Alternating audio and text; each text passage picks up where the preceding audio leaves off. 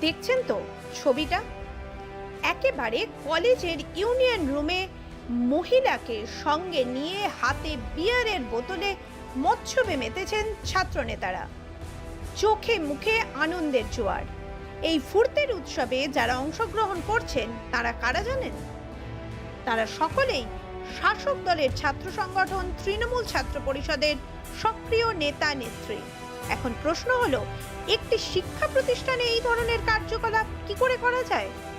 উল্লেখ্য, সম্প্রতি দক্ষিণ কলকাতার ল কলেজেও ইউনিয়ন রুমে টিএমসিপি নেতা মনোজিৎ রাও একই কাজ করতেন। শিক্ষাঙ্গন কতটা কলুষিত হয়েছে তা এখানে আরও একবার স্পষ্ট। ঘটনায় ক্ষোভ প্রকাশ করেছে এবিভিপি।